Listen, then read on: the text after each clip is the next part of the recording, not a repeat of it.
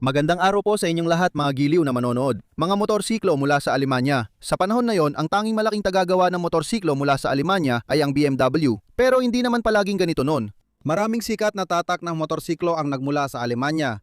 Kabilang dito ang DKW at MZ, Sundab at Simpson. At noong dekada 1910 hanggang 1930, mas marami pang mga kumpanyang gumagawa ng mga motorsiklo. Ang ganitong kalakaran ay hindi lang sa Alemanya, kundi pati sa buong industriya ng motorsiklo sa mundo. Sa kwentong ito, ipakikilala ko ang kasaysayan ng NSU motorsiklo. Isa ito sa pinakamatandang kumpanyang Aleman ng motorsiklo at minsang naging pinakamalaking tagagawa ng dalawang gulong na sasakyan sa mundo. Ang NSU ay nagdisenyo at gumawa ng isang napaka-interesanteng deorugang sasakyang panghila para sa puwersa ng Wehrmacht. Ang unang tao na umabot ng bilis na higit sa 200 milya bawat oras o 322 kilometro bawat oras sa motorsiklo ay ginawa ito gamit ang NSU na sasakyan. Bukod dito, batay sa isa sa mga modelo ng kumpanyang ito, ginawa ang motorsiklong NSU Bison 2000 na may pinakamalaking isang silindrong makina. Pag-uusapan natin ngayon ang kasaysayan ng NSU at iba pa. Nasa channel kayo ng Crossmota, magandang panonood. Ang kumpanyang NSU ay itinatag ni Christian Schmidt kasama si Hendrik Stoll sa malayong taong 1873 sa bayan ng Riedlingen sa tabi ng Ilog Danube. Noong itinatag ito, tinawag itong Mechanische Werkstätte zur Herstellung für Strickmaschinen. Isinasalin itong mechanical na paggawaan para sa paggawa ng makinang pangniniting. Di nagtagal, naghiwalay ang mga negosyante. Noong 1880 inilipat ni Schmidt ang produksyon sa Neckarsulm, lungsod na nasa tagpuan ng Ilog Sulm at Neckar, at pinangalanan ang kumpanya bilang Neckarsulmer Strickmaschinen Union. Noong panahong iyon, naging matalinong negosyante si Christian Schmidt. Malinaw sa kanya na ang mekanisasyon ng produksyon ng kinabukasan at magiging lubang hinahanap ang kanyang mga makinang pangminiting. Noong dekada 80 ng ika-19 na siglo, mabilis lumago ang negosyo. Agad na benta ang mga makina at lalong umunlad ang negosyo. Namatay si Christian noong 1884 at makalipas ang 2 taon, sinundan ng kanyang kumpanya ang uso at nagsimulang gumawa ng bisikleta. Ang unang modelo, ang penny farthing na tinawag na Germania, ay bahagi ng panahong mabilis nagbabago ang disenyo at konsepto ng bisikleta. Sa pagdating ng roller chain, naging posible ang paggawa ng tinatawag na ligtas na bisikleta. Dahil sa chain drive, nagkaroon ito ng magkaparehong diametrong gulong. Pagsapit ng huling bahagi ng ika-19 na siglo, sumikat ang bisikleta, tumaas ang produksyon, bumilis ang paggawa at naging mas mura ang presyo. Naging abot kaya ito hindi lang sa mayayaman, kundi pati sa mga mababa ang kita. Sumabog talaga ang negosyo ng bisikleta ni Schmidt. Dahil sa mataas na demand ng kanyang produkto, noong 1872 huminto ang kumpanya sa paggawa ng makinang pangniniting at nag-focus na lang sa bisikleta. Hindi na nakapagtataka na matapos ang ilang dekada, naglagay sila ng internal combustion engine sa frame ng bisikleta sa pabrika sa Neckarsulm. Mangyayari ito noong 1900 at isa nung unang ipinakilala ang kauna-unang motorsiklo ng NSU. Ang makinang ito ay nilagyan ng isang silindrong 4-stroke na makina ng Swiss na tatak na Zeddel na may 243 cubic centimeters na displacement at 1.75 kabayo ang lakas. Ginamit ang frame ng bisikleta pero binago para mailagay ang makina na inilagay sa ilalim na ibabang tubo. Ang motorsiklo ay ginawa hanggang 1903. Noong una, tinawag ang mga motorsiklo na Neckarsulm o Neckarsulmer Motorrad. Ngunit dahil mahirap bigkasin ito sa ibang bansa, pinaikli na lang sa NSU na galing sa pangalan ng lugar na Neckarsulm. Noong panahong iyon, mabilis ang pag-unlad ng paggawa ng motorsiklo at ginawa ng NSU ang lahat para hindi mapag-iwanan ng kakumpetensya. Noong 1903 nagsimula ang kumpanya ng NSU sa paggawa ng sarili nilang mga makina at pagsapit ng 1904 at 46 na iba't ibang modelo ng motorsiklo ang kanilang inaalok. Kasama na rito ang isang makina na may malakas na 500cc na V-twin. Sa NSU, lubos nilang naunawaan ang kahalagahan ng pagsali ng kanilang mga produkto sa karera at ang katotohanan ito ay positibong nakakaapekto sa benta ng kanilang mga makina. Aktibong sumali sa karera ang mga NSU motorsiklo at nagtala ng maraming panalo at record. Noong 1905 pa lang, gumawa na ang kumpanya ng NSU ng isang espesyal na motorsiklo para sa karera na may makinang 400 at 2 kubiko sentimetro ang displacement. Britanikong tagapamahala ng kumpanya. НСУ Мартін Гейджер на одном із Ang tagapahala ng motorsiklo ay nagtamo ng ikalimang pwesto sa unang tourist trophy sa Isla ng Man noong 1907. O nga pala, may detalyadong episode tungkol sa kasaysayan ng karerang ito sa aking channel. Lubos kong inirekomenda na panoorin ninyo. Heto ang lumitaw na paalala. Sa sumunod na taong 1908 ang racer ng NSU na si Lise habang tumatakbo sa dalawang direksyon ay nakapagtala ng bilis na 109 kilometer kada oras na idineklara bilang world record sa bilis ng motorsiklo. Pero noon, hindi pa opisyal na itinatala ang mga record sa mundo. Noong 1909 si Lingenfelder sa paligid ng Los Angeles ay nagpakita ng isa pang record na umabot sa bilis na 124 km kada oras na naging dahilan para pumasok ang motorsiklo ng NSU sa Amerikanong merkado na may malaking potensyal na kita. Ang pagtatakda ng record sa loob ng 50 taon ay mahalagang bahagi ng kasaysayan ng NSU.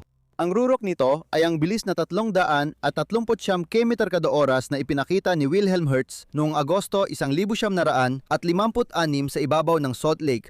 Pag-uusapan natin ito mamaya ng mas detalyado.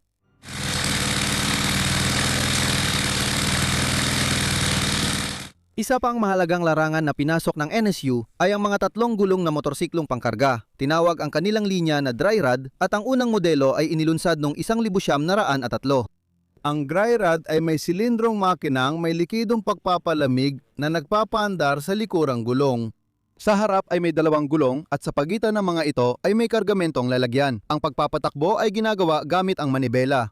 Mula 1906 hanggang 1908 ang kumpanya ay gumawa ng maliit na truck na sulmobil na dry rod Type 4. May makinang 3.5 lakas kabayo sa ibabaw ng harapang gulong at may kapasidad na 200 kilo. Hindi sumikat ang Zulmobil kaya lumipat ang kumpanya sa paggawa ng kotse. Mula 1905 sinimulan ng NSU ang paggawa ng mga sidecar na motorsiklo na maaaring ikabit sa kahit anong modelo ng motorsiklo. Sa parehong taon, lumabas ang isang napaka-popular na modelo na may makina na 3 lakas kabayo at noong 1909 ipinakilala ang flagship, isang malaking V-twin na may 1 litrong displacement. Habang nagtagumpay sa paggawa ng motorsiklo, unti-unti ring umunlad ang paggawa ng kotse. Noong 1905 ipinakilala ang unang kotse at makalipas lang ng ilang taon, lumabas ang ilang alternatibong bersyon ng makina na may kapasidad mula 1,300 kubiko hanggang halos 4 na litro. Di naglaon, sinimula na ring gawin ang mga taxi at maliliit na truck. Pinahahalagahan sa Britanya ang V-twin at NSU kahit malakas at maunlad ang tradisyon nila sa paggawa ng motorsiklo. Noong 1905 binuksan ang unang opisina ng kalakalan ng NSU sa Londres at agad na lumampas ang benta sa inaasahan. Noong 1906 binili ng mga British na mahilig sa motorsiklo ang lahat. 22% ng mga inangkat na motorsiklo mula Alemanya ay NSU. Malapit nang magbukas ng pabrika ng motorsiklo ang mga Aleman sa Britanya para matugunan ang demand. Sa simula ng 1914 may 1,500 katao ang nagtatrabaho sa kumpanyang ito. Ngunit siyempre, nang magsimula ang unang digmaang pandigdig, isinara ang kumpanya. Noong digmaan, nagsupply ang NSU ng mga sasakyan tulad ng motorsiklo at kotse sa hukbong Aleman at Reichswehr. Medyo bumagal ang pag-unlad at nakatuon ng kumpanya sa paggawa ng mga subok at maaasahang modelo na kinakailangan ng militar.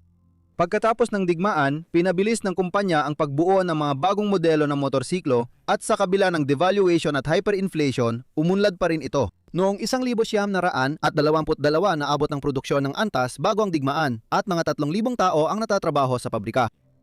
Dapat tandaan na noong panahon ng mga dekada 10 at 20, napaka-primitibo ng pagbibigay ng pangalan sa mga motorsiklo ng NSU.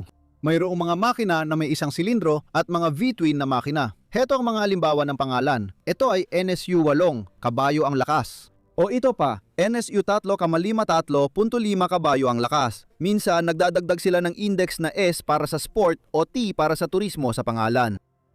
Ang pagbuo ng 250cc na overhead valve na makina ay sinimulan noong 1925 ng punong ininyero ng NSU na si Otto Reeds. Ang makina ng pabrika na racing na motorsiklo na may 250cc na kapasidad na inilabas noong 1926, 1927 ay nakakabuo ng lakas na 13-15 kabayo at kayang umabot ng bilis na hanggang 120 km/h. Inayos din ni Reeds ang mga racing motorsiklo gamit ang natatanging 2 silindrong makina. Noong kalagitnaan ng dekada 20, nagbago ang pangalan ng mga modelo tulad ng modelong 251. Ang ganitong pagtawag ay naging katangian ng NSU sa dekada 30. Ang unang 2 numero ay para sa displacement, ang huli naman ay bilang ng silindro. Halimbawa, isa ay 1 silindro, 2 ay 2 silindro. Ang pinaka-top na modelo noong panahong yon ay ang 500 at 2T na ginawa mula 1,924 hanggang 1,927. Ang maramiang touring na motorsiklong ito ay nilagyan ng 500cc na V-twin na may lakas na 11 kabayo at 3 bilis na transmisyon. Gayunpaman, sa panahon pagkatapos ng implasyon, hindi naging popular ang mga marangyang sasakyan at ang 500 at 2T ay nagawa lamang ng 356 na unit. Ang pabrika sa Neckarsulm ang unang industrial na kumpanya sa Alemanya na gumamit ng assembly line sa produksyon. Noong mga dekada 10 at 20 mabilis umunlad ang dibisyon ng sasakyan. Noong 27, itinayo ang bagong pabrika para sa paggawa ng sasakyan. Pagkaraan ng 2 taon, dahil sa problemang pinansyal, ipinagbili ng NSU ang paggawa ng sasakyan. Noong 1958 bumalik sa paggawa ng 4 na gulong na sasakyan sa Neckarsulm sa paglabas ng maliit na kotse na Prince na naging serye ng mga modelo.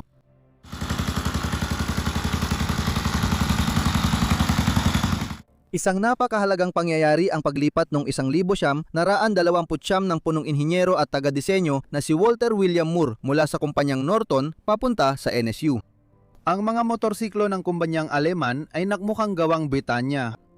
Nagkaroon ng mainit na pagtatalo sa paglipat na ito at madalas akusahan si Moore ng pangongopya ng teknolohiya ng Norton para sa NSU. Ngunit ang Ingles ay nagtrabaho sa kumpanyang Aleman ng 10 taon bago magsimula ang ikalawang digmaang pandigdig. Ang mga motorsiklo ay may epikong hitsurang Ingles, patayong silindro, pagmamaneho ng balbula gamit ang baras na may conical gears, English na transmisyon na binuo sa ilalim ng lisensya at may pagpapalit sa kanang paa, hugis ng tangke at iba pa. Sa ilalim ng mga pagbabagong ito, noong 1929 ay inilunsad ang modelong 200 at 1T at makalipas ang 2 taon, ang pinahusay nitong bersyon na 200 at 1TS. Ang 199cc na side valve na makina ay may pagmamalaki ang 4.5 kabayo na lakas. Ang motorsiklo ay umaabot ng hanggang 65 km/h. Noong panahong yon, mayroon ding mga modelong 300 at 1T at 500 at 1T na may side valve na makina at ang kanilang mga bersyon na may TS na indies. Pinakamatanda sa side valve na pamilya ang Model 600 at 1. Noong 1929 din, inilunsad ang modelong 351 OT na may makinang 350cc ang displacement. Lohikal na hakbang sa pag-unlad ng mga sasakyan ang paglabas ng sibilyang motorsiklo na may overhead valve. Noong 1933 inilunsad ang modelong 201 OSL kung saan ang makina nito sa kabila ng parehong displacement halos na doble ang lakas hanggang 8.5 kabayo. Sa parehong taon, lumabas ang modelong 251 OSL na may 242cc na makina na may 10 kabayo. Sa maraming pagbabago, ginawa ang modelong ito hanggang 1952. Noong unang bahagi ng dekada, 30 naging sobrang popular sa Alemanya ang mga 200cc motorsiklo dahil sa natatanging batas ng Aleman. Ang mga sasakyang hanggang 200cc ang makina ay may pinakamababang buwis at di kailangan ng lisensya sa pagmamaneho.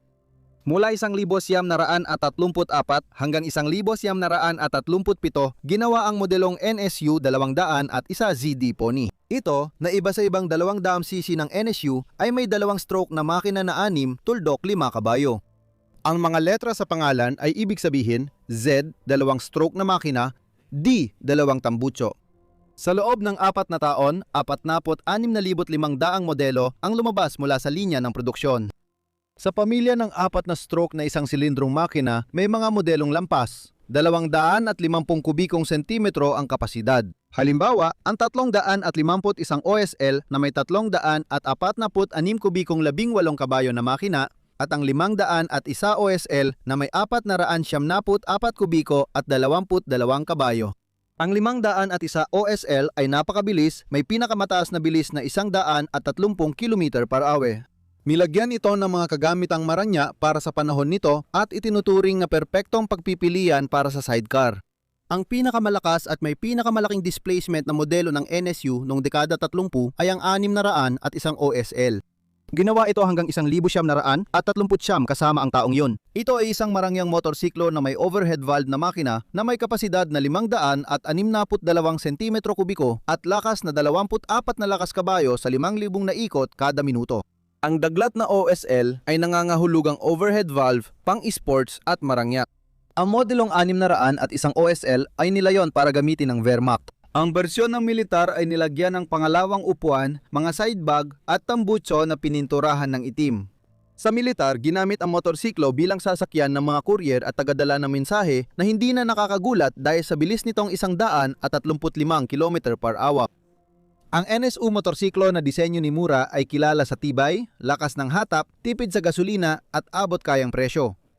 Gayunpaman, hindi lahat ng disenyo ni William ay 4-stroke. Meron ding ilang mga kawili-wiling 2-stroke na modelo. Sa panahon ng dakilang depresyon, nadisenyo ang NSU ng maliit na power unit na pwedeng ikabit sa bisikleta. Unang ipinakita ang likang ito noong 1931 at tinawag na Motosulm. Ang 63cc 2-stroke na makina na may isa at sangkapat na lakas kabayo ay nakamount sa ibabaw ng harapang gulong at ito ang nagpapatakbo nito. Umaabot ang bilis ng makina hanggang 35 km/h na sapat na para sa ganitong klase ng disenyo. Mahusay na hakbang sa marketing ang paglabas ng Motozulm. Matibay at abot kayang moped ito para sa araw-araw kaya nagustuhan ng marami. Nag-alok ang NSU ng pambabae at panlalaking frame ng bisikleta. Ang pangalawa, mas malamat na 2-stroke ay unang ipinakita sa Berlin noong 1936. Ang pangalan ay NSU Quick. Ang Quick ay may 98cc isang silindrong, 2-stroke na makinang pinalalamig ng hangin, pedal na pagpapaandar, 2 bilis na transmisyong nililipat sa manibela at sa simula ay may pedal na preno. Noong panahong yon, inilabas ang NSU Quick sa bersyon para sa babae at lalaki. Ito ang naging pinakamurang motorsiklo sa mundo at dahil sa mataas na demand, ginawang pinakamalaking tagagawa ng motorsiklo sa mundo ang NSU kasabay ng DKW. Ang Quick ay ginawa mula 1,936 hanggang 1,953 sa kabuuan 235 at kalahating libong unit ang may produkto sa panahong iyon. May kaunting pagbabago sa disenyo. Ang ikatlong 2-stroke ay ang modelong Pony na inilunsad noong 1,937. Magaan itong motorsiklo na may 100cc makina, 3 lakas kabayo at 3 bilis na transmisyon. Sa kabila ng paghinto, dahil sa ikalawang digmaang pandaigdig, ang Pony ay ginawa hanggang 1,953. Ang sasakyang ito ay naging sobrang popular at sa buong panahon ng produksyon, humigit kumulang 1,4 milyon ng mga magagaan na motorsiklong ito ang lumabas mula sa linya ng produksyon.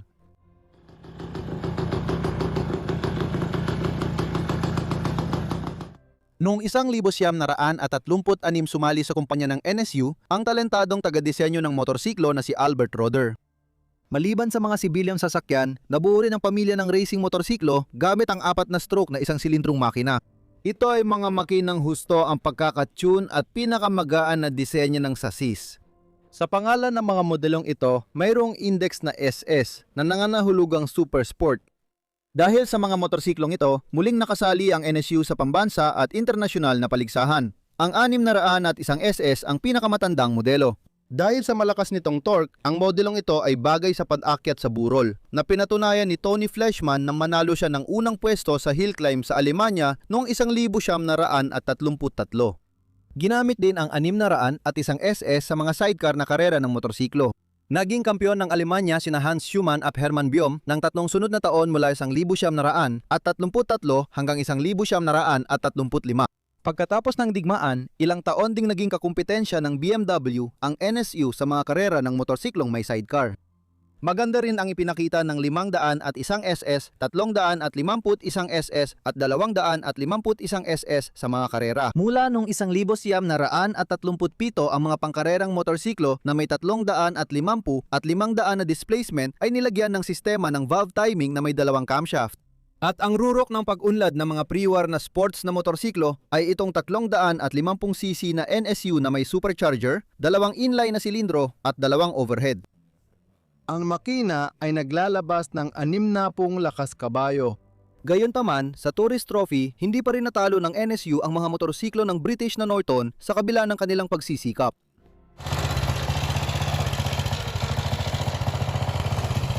At ngayon, narating na natin ang panahon ng ikalawang digmaang pandaigdig. Kinailangan kalimutan ang tungkol sa mga karera at ang pangunahing at sa totoo lang, tanging mamimili ng mga produkto ng NSU ay ang Wehrmacht. Bukod sa motorsiklo, nagsusupply rin ang kumpanya ng bisikleta at gumagawa ng piyesa para sa eroplano. Kinumpiska ng militar ang ilang mga modelo bago ang digmaan at nagpatuloy ang NSU sa paggawa ng mga sasakyang tinanggap na ng hukbo, partikular ang 251 OSL. Minahal ng mga opisyal ng komunikasyon ang matibay na motorsiklong ito. Ginamit din ng mga tauhan ng komunikasyon ang 500 at isang OSL at 600 at isang OSL na nabanggit na dati. Makikita rin ang NSU na may sidecar at nakakabit na machine gun. Noong 1943 dahil sa kakulangan ng hilaw na materyales, lalo na aluminyo na ginamit sa paggawa ng eroplano, napilitan ng NSU na gawin na lang sa cast iron ang mga pyesa ng makina. Ang pinakakakaibang teknolohiya ng NSU para sa Wehrmacht ay ang Caterpillar motor tractor na Kettenkrad. Dito tayo magpo-focus ngayon. Noong 1940 ang kumpanyang Neckarsulmer Fahrzeugwerke AG nakakuha mula sa kagawaran ng sandatahang lakas ng hukbong lupa ng utos para gumawa ng magaang na traktor na panghila na layuning pataasin ang mobilidad ng mga unit ng infantry, magsagawa ng reconnaissance, humila ng magaang na artillery systems at iba pang kargamento para sa militar. Bugan ng utos na ito, lumitaw noong parehong taong 1940 ang NSU Kettenkrad ASH 101. Kagiliw-giliw, isa sa mga pangunahing taga-disenyo ay si Heinrich Ernst Knipkamp na nakilala kalaunan bilang lumika ng running gear ng mga tangke na Tiger at Panther. Noong tag-init ng 1939 dinevelop at pinatentahan niya ang motorsiklong kalahating gulong at kalahating Caterpillar. Ang kalahating motorsiklo at kalahating traktorang ito ay nilagyan ng makina mula sa sasakyang Opel Olympia. Isang inline-4 na makina may isatuldok 5 litro na kapasidad, 36 na kabayo ang lakas na nakakabit sa 3 bilis na transmisyon. Kayang umusat ng trek na motorsiklo sa putik at latian kahit hindi pantay ang lupa dahil mababa ang presyon nito sa lupa. Ang bigat nito ay 1,235 kilo, kaya nitong magdala ng kargang 325 kilo at humila ng trailer na may bigat na hanggang 450 kilo. Bukod sa driver, may lugar pa para sa 2 pasahero. Ang pagliko ng sasakyan ay ginagawa gamit ang aktibong diferensyal ng mga trap kung saan ang preno ay konektado sa mga rod ng tinidor ng unang gulong. Ang mismong gulong na pangbisikleta ay nagsilbing pantulong na visual marker ng direksyon ng paggalaw. Dahil sa pagiging maasahan at mataas na kakayaang tumawid sa mahirap na lupain, mabilis na kumalat ang Kettenkrad sa lahat ng unit ng Wehrmacht. Pero may kulang din ang disenyo na ito. Hindi protektado ang sakay, makitid ang pagitan ng mga truck at madalas natutumba ang Kettenkrad sa pahilis na dalisdis o biglang liko sa mabilis na takbo. Walang halos pagkakataon ng driver na makalabas sa ganitong sitwasyon. Pagsapit ng huling bahagi ng ikalawang digmaang pandaigdig, ipinagbawal na gumulong ng mag-isa ang mga eroplano papunta sa runway bilang pagtitipid sa gasolina. Ang paghila sa kanila papunta ron ay naging trabaho ng mga Kettenkrad na kadalasan ay sobra ang kargang hinihila. Noong panahon ng digmaan, nakagawa ang NSU ng 7,573 na ganitong uri ng motorsiklong may truck at 1,330 pa ang ginawa ng kumpanyang Stower. Noong 1943 din bilang karagdagang pag-unlad, nagdisenyo ang NSU na mabigat na half-truck. Ang motorsiklong may truck na HK 100 at 2 ay may mas malakas na makina at 5 upuan. Gayunpaman, hindi ito tinanggap ng Wehrmacht bilang opisyal na kadamitan at nanatiling prototype lamang. Matapos bumagsak ang Nazi Germany noong Mayo 1945 at 45, ginamit ang ilang natitirang Kettenkrad sa mga sibilyang industriya, lalo na sa agrikultura. Pagkatapos ng digmaan, ginamit ng NSU at Stower ang natitirang pyesa para makagawa ng halos 550 Kettenkrad bilang makinaryang pang-agrikultura. Tunuyang natapos ang kanilang produksyon noong 1949. Bukod pa rito, sa ikalawang kalahati ng dekada, 40 ang kumpanyang Pranses na Babiolia ay ginawang mga karaniwang traktora ang ilang nauhan nilang Kettenkrad. Inililipat ang upuan ng driver sa likod at inaalis ang harap na gulong. 2 linggo bago ang pagsuko, ang pabrika sa Neckarsulm ay binomba at bahagyang nasira. Pero, gaya ng alam mo na, hindi ito tuluyang nawasak. Doon natapos ang paggawa ng Kettenkrad at ginamit ng alyado ang pabrika bilang repair shop. Pagsapit ng katapusan ng 1,900 at 46 muling sinimulan ang produksyon ng bisikleta at magagaan na 2-stroke na motorsiklo tulad ng mga modelong Quick at Pony bago ang digmaan.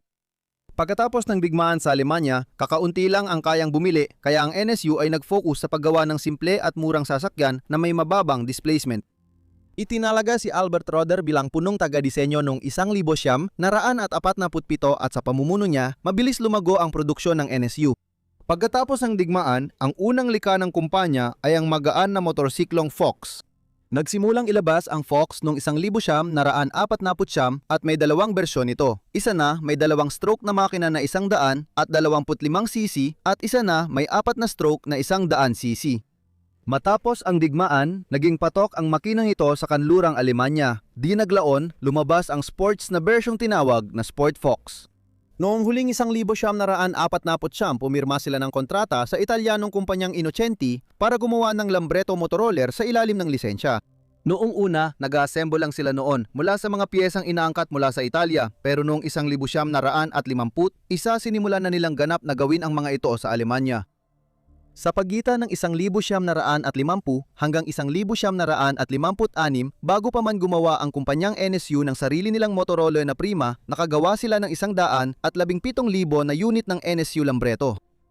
Ang rurok ng produksyon ng NSU noong panahon sa pagitan ng dalawang digmaan ay nangyari noong taong 38. Noong panahong yon, 62,619 na motorsiklo ang nailabas. Nalampasan ang bilang na ito noong 1,950. Noong 1,951, lumabas ang modelong Consul na may 350cc na makina at muling sinimulan ang produksyon ng 100cc na Quick. Ayon sa ilang datos, ang mga modelong Quick at Pony ng Departamente ng Piyesa ay ginagawa na mula 1,947. Ang mga makina ay mula pa rin sa mga disenyo bago ang digmaan. Bagong tampok ang teleskopikong tinidor sa harapang gulong ng Consul.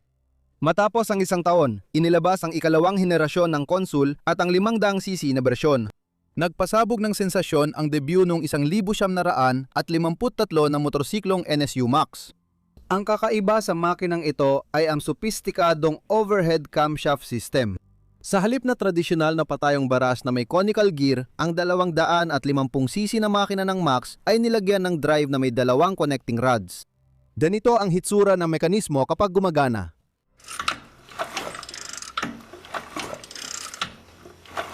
Kahawig ito na connecting rod na nag-uugnay sa pangunahing gulong ng steam locomotive. Pinili ng NSU ang paraang ito para maiwasan ang problema sa pag-aayos at pagkasira ng bevel gear na pang-drive. Ang Max ay may modernong monocoque frame na gawa sa stamp steel at swing arm na may monoshock absorber. Si Albert Roder ang pangunahing may kinalaman sa pagliha nito. Ang matalinong desisyon ng pamunuan ng NSU at ang patok na linya ng mga makina ay nagbigay daan sa kumpanya noon panahong yon na maging pinakamalaking tagagawa ng motorsiklo sa mundo. Noong taong yon, 350,000 makina ang nagawa sa linya ng produksyon. At sa parehong taon, inilunsad din ang isa pang bestseller ng kumpanya, ang 50cc na moped na NSU Quickly. Ito ang naging pinakasikat na moped ng kanyang panahon. Mula 1,953 hanggang 1,966, mahigit 1,000,000 unit ang naiprodukto, kung saan 60% nito ay na-export. Isinalin ang mga subtitle ni Dima Torzok. Ginawa ang mga subtitle ni Dima Torzok. Hindi rin nakalimutan ng NSU ang karera at record. Kahit mahirap ang panahon matapos ang digmaan, nagpatuloy pa rin ang mga motorsiklong pangkarera sa kumpanya. Napagpasyahan na isali ang mga makina sa karera. Sa ngayon, lokal lang ang mga kaganapan sa kanlurang Alemanya. Pagkatapos na ikalawang digmaang pandigdig, walang gustong makita ang mga Aleman sa mga internasyonal na paligsahan. Noong 1,946 ipinagbawal ng FIM ang supercharger sa mga karera ng motorsiklo, ngunit sa Alemanya, ginamit pa rin ito hanggang kalagitnaan ng dekada 50. Noong 1,947 na panalunan ng NSU ang mga titulo sa sidecar racing. Sa 1,948, ginamit nila muli ang pre-war NSU na may kompresor. Sa motor na yon, si Wilhelm Hertz ay naging kampyon ng Alemanya sa klase ng 350cc. Noong 1,949 pinalaki ng mga inhinyero ang kapasidad ng makina sa 500cc. Kinulit ni Wilhelm Hertz ng NSU ang mga inhinyero at pamunuan ng kumpanya ng halos isang taon, na ang 500 ito ay may fairing na disenyo ni Reinhard Freiherr von König Fachsenfeld. Kayang gawing kilala na motor na ito ang tatak sa mga absolutong rekord ng bilis at naipilit din niya ang gusto niya. Noong ika-12 ng Abril 1951 si Wilhelm sa Autobahn A-Siyam sa pagitan ng Ingolstadt at Munich ay nagtala ng absolutong record ng bilis na 200 at 70 tuldok 322 kilometro kada oras. Sa streamlined na NSU Delphin Isa na sa ilalim ng cover nito ay may 500cc na supercharged na makina na umaabot sa 100 kabayo at tumatakbo gamit ang methanol. At ito ay simula pa lamang. Si Hertz ay magtatala pa ng mga absolute na record noong 1,700 at 53, 1,700 at 54 at 1,700 at 56. Ito ang kauna-unahang record ng bilis pagkatapos ng digmaan. Bago nito, ang record ay hawak ni Ernst Jakob Henne na umabot ng 279.5 km per ara gamit ang supercharged na BMW noong Nobyembre 28, 1,737. Noong 1953 lumitaw sa NSU Racing ang mga modernong motorsiklo na may 125 at 250 kubikong makina at 2 connecting rod na drive. Noong 1953, 2 beses na naging kampiyon si Werner Haas sa Alemanya sa mga klaseng ito. Tinanggap na ang Alemanya sa FIM at naimbitahan sa internasyonal na paligsahan, kaya ang supercharging ay ginamit na lang para sa mga record. Ang tagumpay ng henyong Aleman ay naganap noong 1954 ang NSU ay nagwagi ng pinakadakilang tagumpay sa karera ng Tourist Trophy sa Isla ng Man. Ang Austrian na si Rupert Holaus ang nanalo sa 125cc na klase sa 200cc pinangunahan ng teknolohiyang Aleman ang lahat. Unang, ikalawa, ikatlo, ikapat at ikanim na pwesto ay nakuha ng mga motorsiklo ng NSU. Ang nanguna ay si Werner Haas. Noong parehong taon, nanalo si Haas ng World Championship sa parehong klase, habang si Rupert Holaus ay nagwagi rin ng titulo sa 125cc na klase. Ang pinakamataas na tagumpay sa 350cc na klase ay nagdala kay Hermann Paul Müller ng titulo bilang kampeyon ng Alemanya. Noong 1955 si Müller ang unang pribadong motosiklista sa mundo na nanalo ng World Championship gamit ang NSU Sportmax sa 250cc na klase. Gayunpaman, mahusay ang mga makina ng kumpanya hindi lang sa karerahan. Mula 1,955 hanggang 1,967 nakamit ng NSU ang 23 titulo ng kampeon ng Germany sa off-road racing. Paglalakbay. At noong 1,951, sinubukan din ng NSU na gumawa ng sports na motorsiklo na may inline 4 na makina sa tulong ng kumpanyang Italyano na Gilera. Gayunpaman, hindi naging sapat na maaasahan ng makina kaya nanatili lang ito sa prototype stage. Noong 1,955 matapos magtagumpay, umalis ang NSU sa Grand Prix. Sa paglipat mula dekada 40 tungo sa dekada 50, pumasok sa NSU ang taga-disenyo ng motorsiklo at kasabay na racer na si Gustav Adolf Baum. Nagdisenyo rin siya ng record-breaking na aerodynamic motorsiklo na mas mahusay kaysa sa ideya ni Fachsenfeld dahil nakahiga ng patihaya ang racer sa loob. Dahil dito, ang taas ng motorsiklo ay umaabot lamang ng 70 hanggang 75 sentimetro. Noong 1952 pumirma ang NSU ng kontrata kay Gustav at itinayo nila ang mga sasakyang Baum Isa at 2 na nilagyan ng mga makinang 50 at 100 kubiko. Makalipas ang ilang panahon, lumabas ang 125 kubikong Baum 3 at ang 250 kubikong Baum 4. Sa huli, ang mga makinang ito ang may hawak na 11 record sa bilis.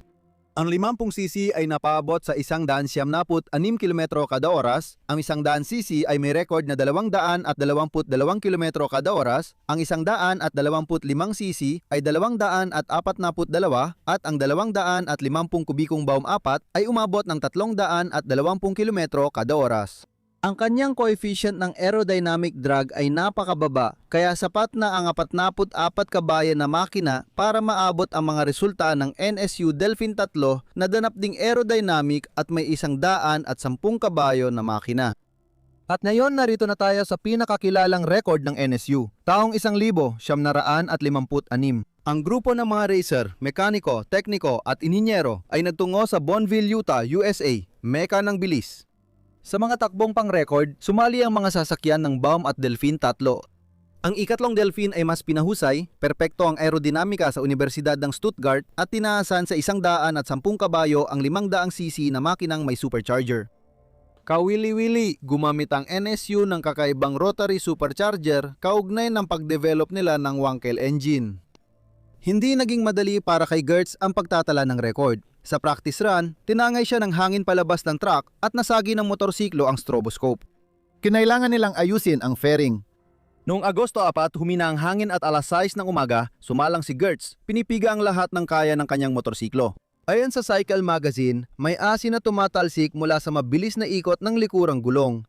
Ipinakita niya ang bilis na 338.2 kilometro bawat oras at ito ay isang bagong record. Sa totoo lang, ang NSU Delphin 3 ang naging unang motorsiklo sa kasaysayan na lumampas sa 200 milya bawat oras. Ang record na ito ay opisyal na nanatili hanggang 1,162. Ang planong bagong Baum 5 ay dapat sana ay makakamit ng pinakamataas na bilis na humigit kumulang 366 km bawat oras, ngunit pagkatapos ng 1,956 itinigil na ng NSU ang kanilang programa ng mga record na karera. Ang pondo para sa mga karera at record ay ginamit na lang sa paggawa ng mga sibilyang sasakyan. Kaya noong 1,957, nagbalik ang kumpanya sa paggawa ng mga kotse. Ngayong taon, inilunsad ang NSU Prince na may 600cc na 20 horsepower na makina. Lumabas ang bagong sibilyang motorsiklo. Noong 1,954 inilunsad ang Max Special. Sumunod na taon inilabas ang Sport Max, 250 Racer at Superlux. Unti-unting lumilipat ang interes ng kumpanya sa mga kotse. Ang populasyon ng Alemanya, Европейских государств хотела больше. naghanap ng ginhawa mula sa sariling sasakyan, kaya ang maliit na kotse ay mainam na solusyon. At marami-rami na ring bahagi ng populasyon ang kayang bumili ng 4 na gulong na sasakyan. Ang mga prosesong ito ang sanhi ng krisis sa industriya ng motorsiklo sa Europa noong ikalawang kalahati ng dekada 50. Noong unang bahagi ng dekada 60, labis ang tiwala ng NSU sa rotary engine ni Felix Wankel at naglaan sila ng malaking pondo para rito. Ang bagong disenyong makina ay itinuturing na kinabukasan ng paggawa ng sasakyan. Nakamit ng NSU ang tagumpay noong 1,964 nang ipakilala nila sa publiko ang unang kotse sa mundo na may rotary engine, ang NSU Spider. Gayunpaman, may mga kakulangan din ang makinang ito. Ang NSU ay nagkaproblema sa rotor seal ng makina na hindi na resolba, kaya't naging kilala ang kotse bilang hindi maaasahan. Sino bang may gusto ng sasakyan na kailangang buksan agad ang makina matapos lang ang 20,000 kilometer? Ang mga pangyayaring ito ay sumira sa reputasyon ng kumpanya na noon pa'y pabagsak na. Nagpatuloy ang produksyon ng motorsiklo hanggang 1,968. Ang huling surgeon motorsiklo ng NSU ay ang Quick 50 na inilunsad noong 1,962. Noong 1,969, binili ng Volkswagen Werk AG ang NSU na noon ay nalulugi na. Pinagsama ng Volkswagen ang Auto Union at NSU at doon nabuo ang panghuling anyo ng tatak na Audi. Diyan nagtapos ang kasaysayan ng maalamat na Aleman. Производителя мотоциклов. Sa puntong ito, nagtatapos na ang aking kwento. Maraming salamat sa inyong pakikinig. Kung nagustuhan ninyo ang material, huwag kalimutang mag-subscribe sa channel kung hindi pa kayo nakasubscribe. Mag-like at mag-iwan ng komento. Tinutulungan nito ang YouTube na makita kung interesante ang kwento. I-share nyo rin ang video sa mga kakilala. Kasama nyo ang channel na Crossmoto. Hanggang sa muli!